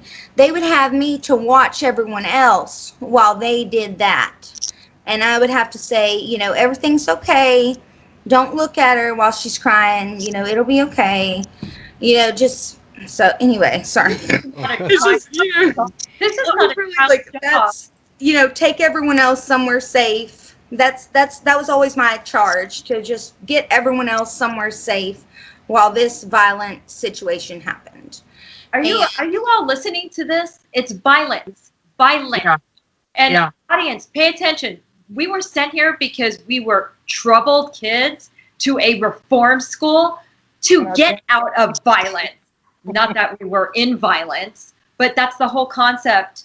A lot of people would automatically assume if this kid is in a reform school, they must have crimes up the wazoo, a criminal record up the wazoo. And 9 times out of 10, these kids have been put in to this place because their parents are legalistic, or they just wanted out a break from their kid, or they didn't want to handle their teenager. I'm sorry, but that's pretty much the case on almost every interview, including my situation. I'm a survivor as well. It just astounds me that all you hear is violence going on here and staff promoting violence. And this is supposed to be a Florida statutes on this real quick. So Florida statutes, when they have that religious exemption to be a religious school and be able to operate unlicensed, in Florida, they're still required to follow the same laws as DCF. I don't know. I haven't been looking at this right place in the camera all night, and I don't know if you need to cut this out, but I'm sorry. I'm going to keep going. So they're required to follow the same laws as DCF. And what that means is they are supposed to report to your parents every time an act of violence has been committed. Whether you're a witness to it, a victim to it, you're the perpetrator. There were so many times people were floored, restrained, done all manner of things to, whatever you want to call it, that their parents were never called. My parents came and got me every month faithfully. My mother wrote me almost every single day. So, and I'm one of the very lucky ones. And what I know is that I would tell my parents on my visit, and I would never see the act of violence up above, and love or peace or joy, you know, or faith, or not faith, sorry, faith's below, but you know what I mean. And so I would tell my parents, you know, that, well, I guess she was trying to hurt somebody else, because that's the only way I could logically think that they would restrain, or something violent would happen with a child where there would be that much noise, as if, and that's what I would be told later, is that they were trying to hurt others. The only time I ever restrained someone in that school was in 2012. There was a 12-year-old girl. I'm not going to say her name. I'll call her Andrea. And she grabbed a pencil she was in the grace room, which 12-year-old child in the grace room. Her father was actually like a very famous stunt double. I don't want to get into this. They actually live right there in Pensacola, and every time she acted up, she was a black girl. I don't want to say that, no, but they would shave her head bald when she didn't act right, and they adopted her. And her parents were white stunt doubles, and they sent her to that school.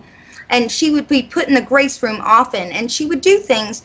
And she snatched a pencil off the table where we were watching her that one day, And she said, "I'm gonna stab you," and started. And it's okay if you get like, it is kind of like a dramatic thing, but it is kind of silly. But she was like flinging around, in a circle with a pencil and whatnot.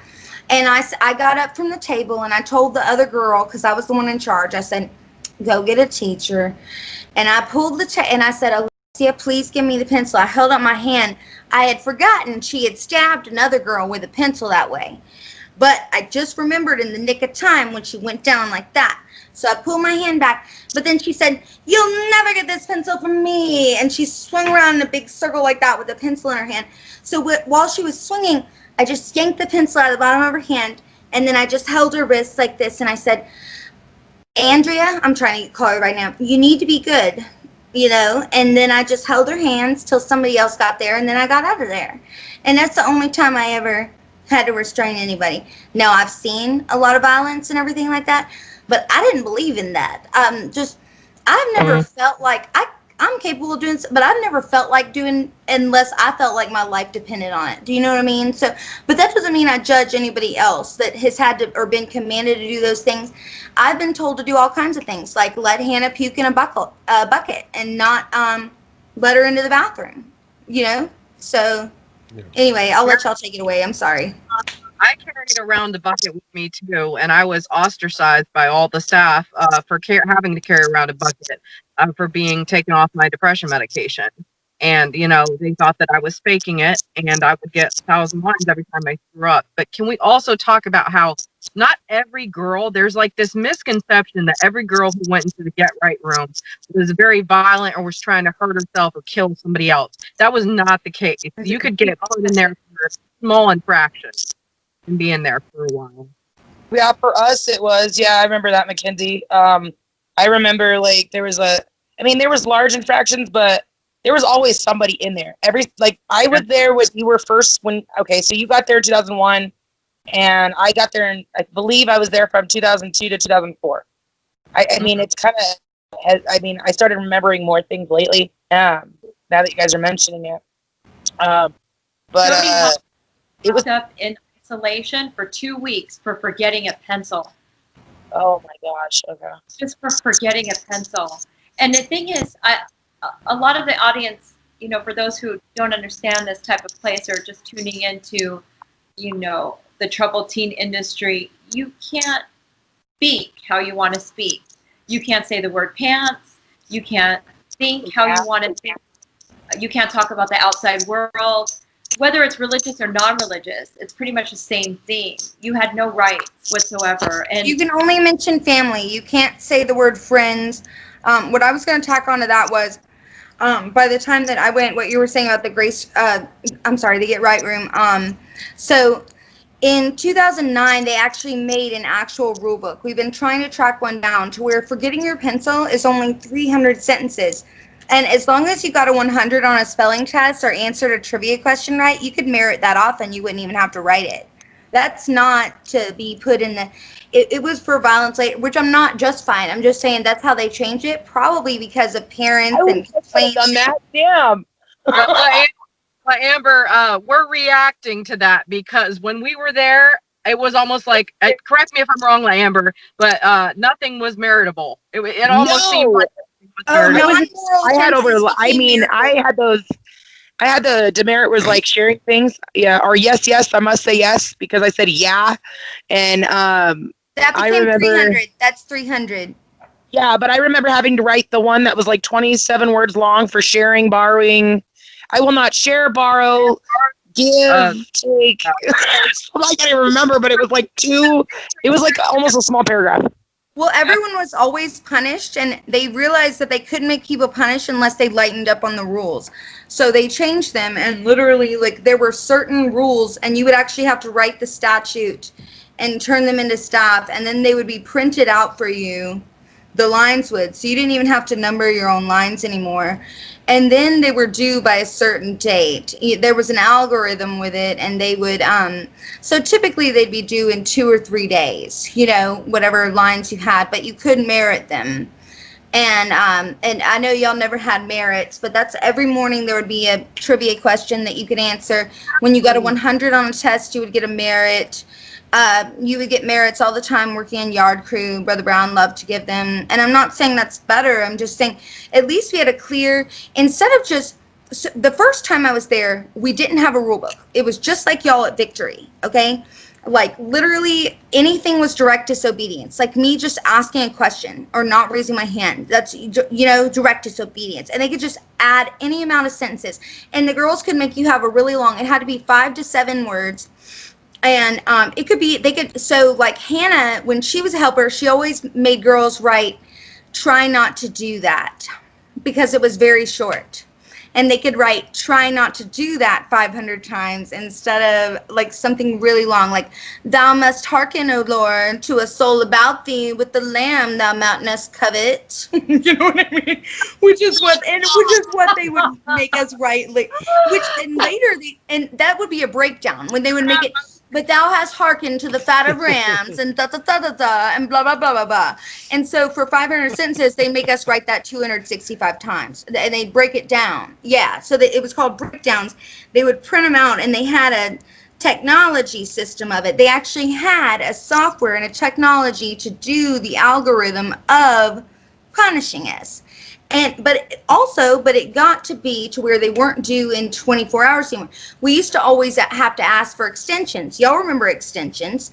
I only had to do that my first time there. I'm just fixing my necklace, but I only had to do that my first time there with extensions, and go to charity, and then they'd have to sign off on you getting an extension, so you can end up in dorm silence and detention. So you get 24 more hours to write within. But then it's like, if you have 2 jobs and you have everything else and chapel and what all else, you're not going to be able, not everybody can write that fast. Also, I have rheumatism.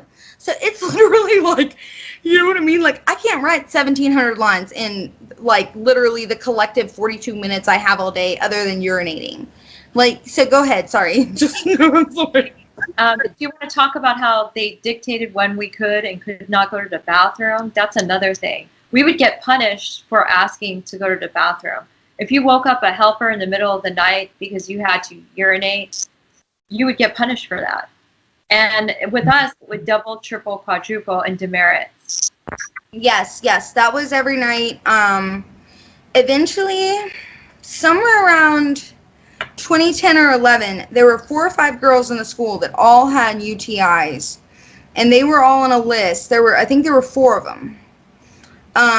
From having to hold it so much. It was not their fault. But the school couldn't recognize that. But eventually the doctor, by the way, I'd like to tell you that J Medical Center was shut down for fraud and malpractice. They were falsely claiming Medicare and all sorts of things. They have falsely diagnosed me with things and other people with things. And if you were dying, they would wait till the day when they had to take another girl for an appointment. They didn't believe in taking you that day. Yeah. So medical neglect. Like, I'm sorry. It just makes me so, like, angry. But you know what I mean? Like, it's like, but with the urinating, so they would get 300. So it became 300. It used to be 5. But in 2009, it became 300 because it fell under 3-1. Prepared and on time. That's what your pencil would have fell under, Janine. You wouldn't have been thrown in, GR or the grace room.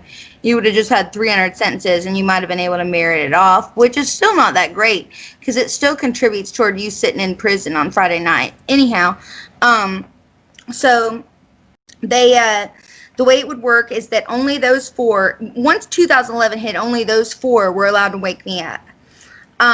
Other people will wake me up too, though, especially on Friday nights. You guys had to wake up to go to the bathroom in the middle of the night?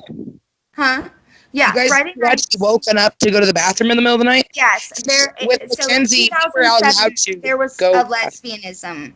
That's trust me, I'm pro LGBTQ plus, like, but in 2007 there was a lesbianism in the bathroom at nights, is what I was told, and that helpers always had to wake up.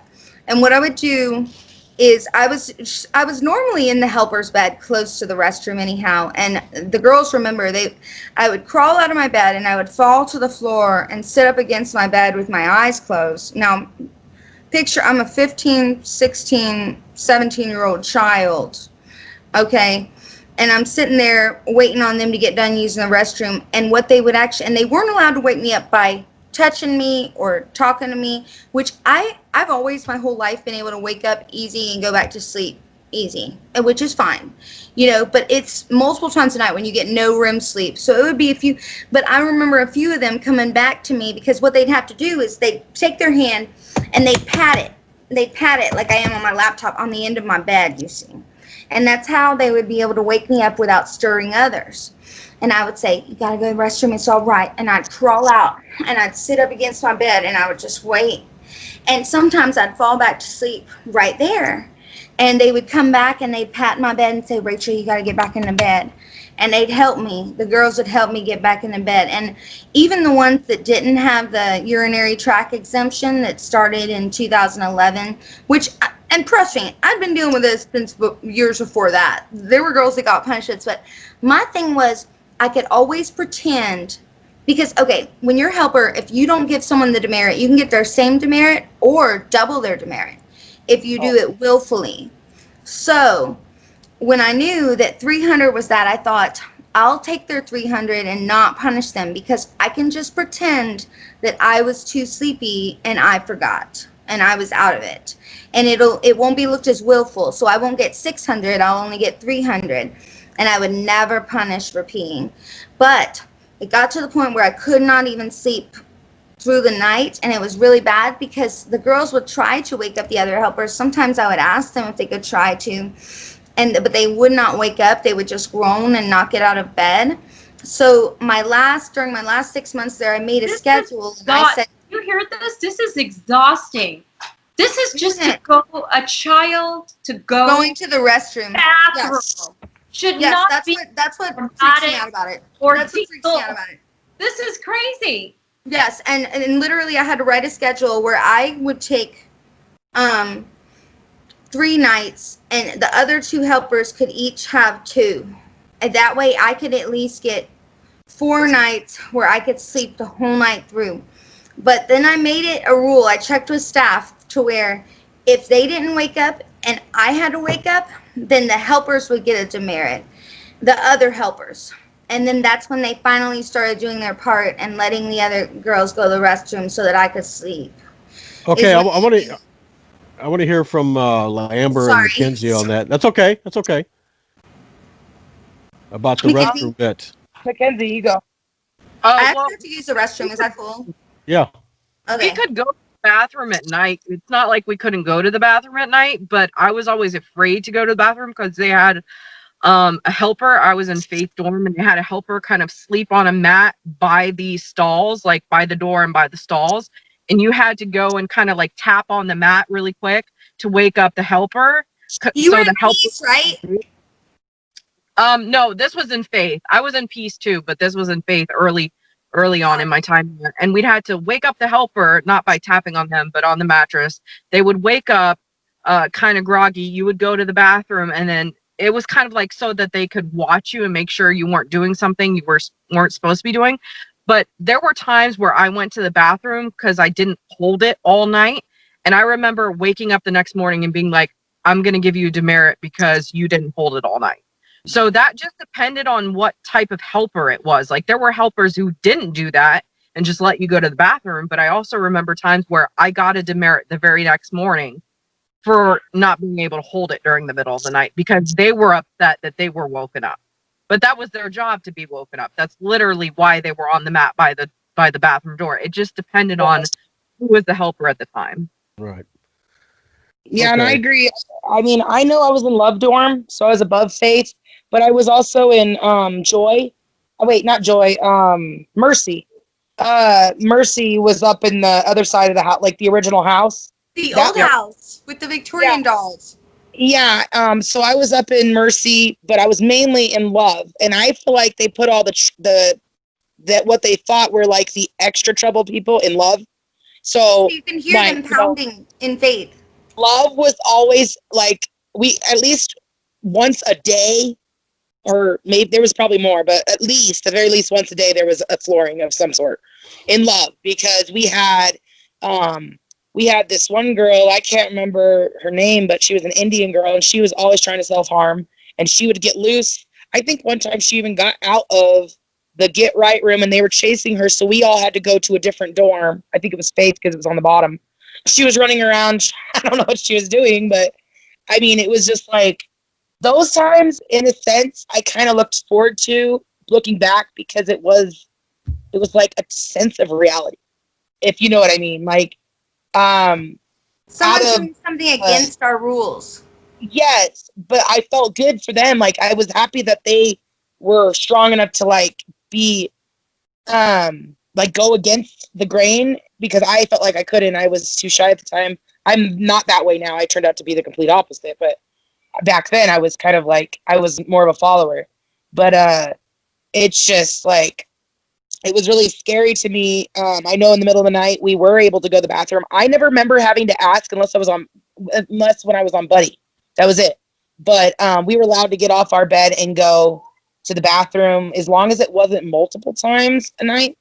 But I think it was based on who the helper was in the dorm because not necessarily was everybody in each, like the helpers in each dorm. Like I know Nicole, I don't say, NL, let's call her NL, was good friends with Charity. So like a lot of them had made it into the inner circle. So like they could get by without, like, I don't remember NL ever getting in trouble for anything. And she would do a lot of things that were not, like by the book, you know, but she was dorm helper. So nobody could do anything. It was like speaking up against, you know, well, there was no book. Well, we didn't have no book either. And I don't know. I remember our phone calls. I didn't them all by heart arbitrarily. Till 2009, we didn't have a book. I want you to keep talking. I'm just saying we did not have a book until 2009. That's the reason I'm able to say forgetting a pencil is 3-1 is because we finally got, and it's because enough people, this was after Rebecca Ramirez protested outside that Palmer raped her. But I want you to keep talking. Protested. Sorry, no, keep talking. Sorry. I know, but what year did she protest? Because I still have been after I left. I want to say it was sometime between 6 and 9, or maybe 05, 06, 07, 09. It was enough to where, so when I went there in 2008, my parents still had dial-up. Oh, okay. So nobody knew what was going on. One of my mom's friends had to tell her that my mom, her friend that she grew up across the street with, sent her daughter there and said, "Did you know this Palmer guy is a accused rapist?" And my mom had no idea. And my parents worked for the state. They used the internet, but they didn't think of using it. They had just been told by, so there's a good home here in town that's not very abusive, where in my hometown, but they only have 28 beds. And this is where they told my parents that they send when they have an overflow. And that's what she trusted. She didn't check the internet. She didn't. And I'm not trying to embarrass my parents or blame them. It's just, it is what it is, you know? So it really sucks. That's awful. But yeah. But no, but the Rebecca Ramirez, it was probably around like 2006, they actually were outside the school, her and her mother holding up signs. There's a news article, if someone can look it up on their cell phone right now, it's literally. It's actually on the website. If you go to piecesofvictory.com and scroll down to the article, it's under articles and victory. Oh, thank you. Yeah, I haven't read the whole thing yet. Thank you, Spitfire. Please read. Lots of valuable information. Same thing in 88 happened to us in 08. So that doesn't tell you enough. Yes, and for everybody out there, make sure you subscribe to Janine Miller's YouTube channel also. Thank you. So. And we've all got TikToks. Sorry. Anyway, so I think we should start. I don't know how to use it. we neither do I. We should start wrapping this up. Yeah. So, but just want to give each of you a minute or so just to kind of give a last word or a statement. Who wants to go first? Yeah, whoever wants to go first. I'm not going first, but I will go second. I'll go. My name is Janine Miller. I'm a survivor of Victory Christian Academy, and all of our stories are tied in. It's the same school. They just rebranded themselves, whether it's Genesis by the Sea, Lighthouse, Victory Christian Academy. We're all survivors of the same abusive lockdown facility. And I wrote a book called Pieces of Victory, and if you visit piecesofvictory.com, you'll be able to learn more. And the trailer is a reenactment of what happened to me. And if you watch the trailer, it was filmed actually on location inside the lockdown reform school I was in Ramona, California. So that's my story, and I have a YouTube channel called Pieces of Victory where I interview survivor after survivor, whether it is linked to the school that I went to or not. This is an epidemic that's happening in our country today, and I am taking interviews from all across the U.S. There are over 100,000 of these types of schools here, and no one is doing anything about it. All right, Mackenzie? Where'd she go? I don't know. Mackenzie? Oh, yeah, I'll say something. There she is. Oh, Mackenzie, you want to go? Yeah, sure. I just kind of wanted to touch on Michael Palmer, and the thing with him, like, you know, it was a lot of mixed feelings for me when he passed away. Like I honestly feel bad for Elena, and I feel bad for his family members because, like, look at the legacy that they have, you know, with this man, and it's really unfortunate. And so I do have empathy, you know, for Elena and stuff, but at the end of the day, like, this is a guy who, like, freaking tortured me and told me that my parents hated me. And I think this is, like, it's almost like it's not the end of the whole chapter, but I can find some closure in knowing that he's not going to hurt anybody else. And so that's kind of comforting in a way. It is. Oh. I agree with you. I would agree that, especially because we were worried about him still working with the children in Iowa not too long ago. Do you want me to go? I'm just really thankful for the time you give me on here, and I know I'm kind of awkward and, like, goofy, and so I don't even know if I'm looking at the right camera the whole time, but it's been really nice being on here, and I really appreciate you guys, and I have answers to a lot more questions, especially, but I thought it was really neat tonight of us to go through the years of how things were consistently the same and also slightly different, and just to acknowledge that this man moved this school around to so many places. And also what I'd like to tack onto that is the Florida statutes and the state constitutions are so important, not just Florida, but all of them. Do you know what I mean? That literally, like, there need to be laws in place to protect children's rights. You know, where we're going to the rally in Missouri this coming week, you know, there are literally, their fourth article in their Bill of Rights is that no one should be forced religion upon, you know, and there are all sorts of rights protecting children, but it seems like as though they're shielded by these unlicensed facilities, and that's really scary, and that needs to be something that we put an end to. Not getting help for children that are troubled or anything like that, but they need to be in licensed facilities where people aren't going to abuse them and shove all sorts of crap down their throat and treat them cruelly. Does everybody else agree with that, or is that? I agree. Yeah, that's what, and I'm not saying anybody, I would say keep your children and just treat them good and raise them good, you know, so, you know what I mean? But these places should not exist. They shouldn't be allowed to have children and be unlicensed and be able to operate that way. Do you know what I mean? So anyway, I'm sorry, I know I'm like kind of all over the place. Road of limitations. Even licensed, because I interviewed someone from Provo Canyon, and I'll just make this quick because I know we're wrapping it up. But, you know, I agree. They should be state regulated. All these schools should be state regulated. It should be a no-brainer, and that's not the way it is. They're already breaking the law. Yeah. That's what I'm trying to say, is that they're already breaking the law. I feel like people in authority aren't doing anything. So what we need to do as people is to just spread this awareness around, because obviously no one wants to do anything that has any kind of authority. And I will not get specific on that. But you can connect the dots. And we've called several sheriff's offices and police departments and state attorneys, and we've been talking to all sorts of people, and they don't want to until the law changes. And that's the issue. Where we're going this week, literally the law protects these children, and it's not. They don't seem to care. Justice system. Okay. I feel like our justice system, we can't depend on it. So, Should I tell them about what we found in the Constitution tonight, Janine, or is that... No, let's get Lambert Miller. I would have gotten a demerit for biting my. Oh, sorry. Beautiful. Oh, I was like, oh wait, I just had a flashback. I was Wait, like, wait, talk. I'm sorry. Go ahead. sorry, see y'all. This is what happens when you send your kids to a boarding school that is in the name of Christ. I stopped biting my nails at that place, but for some reason he was talking about something, and I just started biting my nail, and I'm like, oh God. I just had a flashback.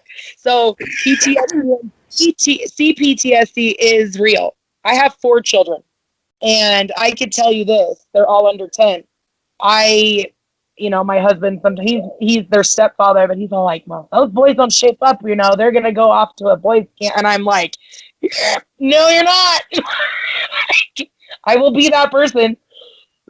I would rather deal with them, and you know what I mean? Because I'm a tough cookie, but I want to put out there that this group, these people in this podcast, especially Janine, because when I started digging in and seeing if anything had ever been, like statute of limitations, because I always wondered, like, I could have reported it, but what would it do?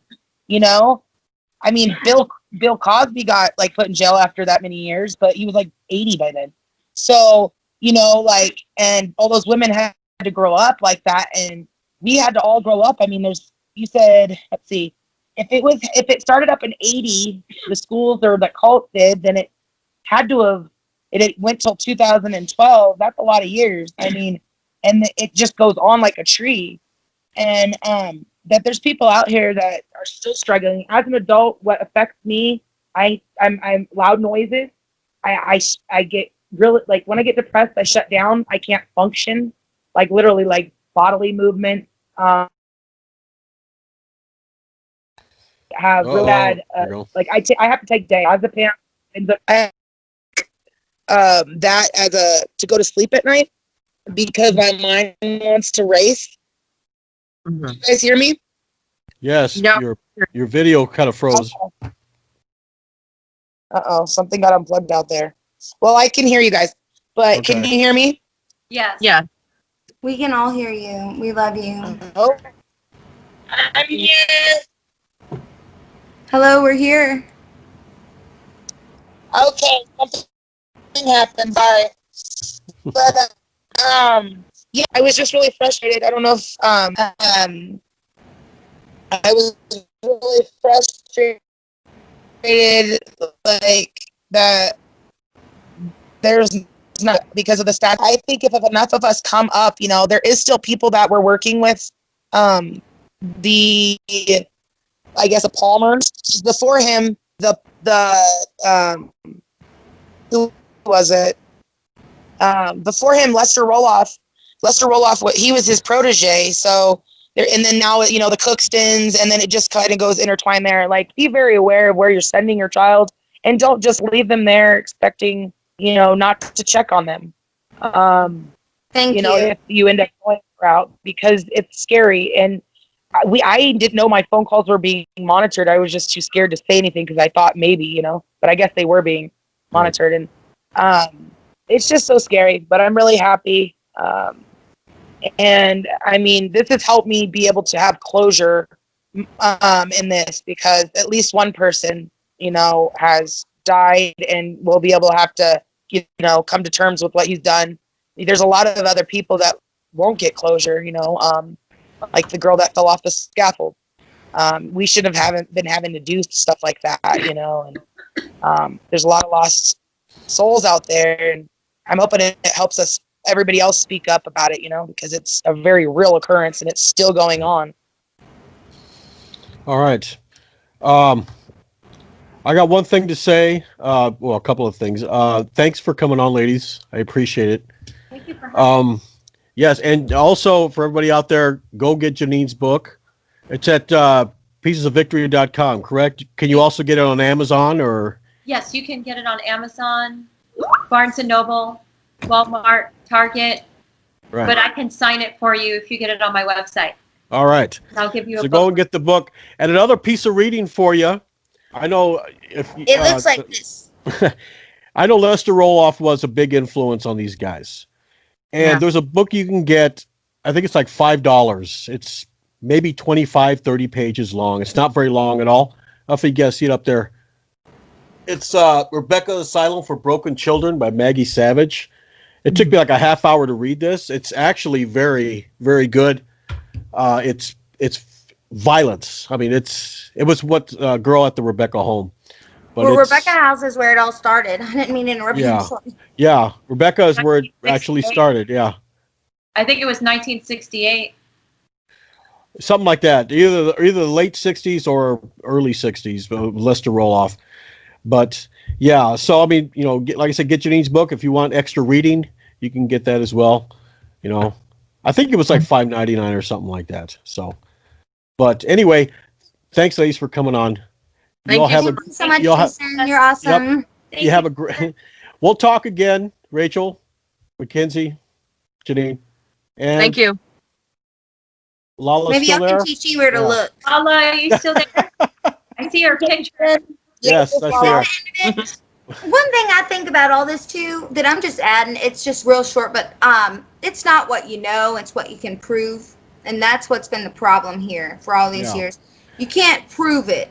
And it takes so many years of the onion layers to peel off for you to be able to talk about it. And by then, they're in a totally different state, So that's one thing I want to say about it. It's not Okay. what you know, it's what you can prove. And This guy Palmer, I was talking to a guy named Alex from Agape, and I told him, I said, this guy was, he's like a greasy pig. You ever been to the pig wrestling where they grease up the pig and you try and grab him and he slips out of your, that's the way this guy is. Oh yeah, at the county fair.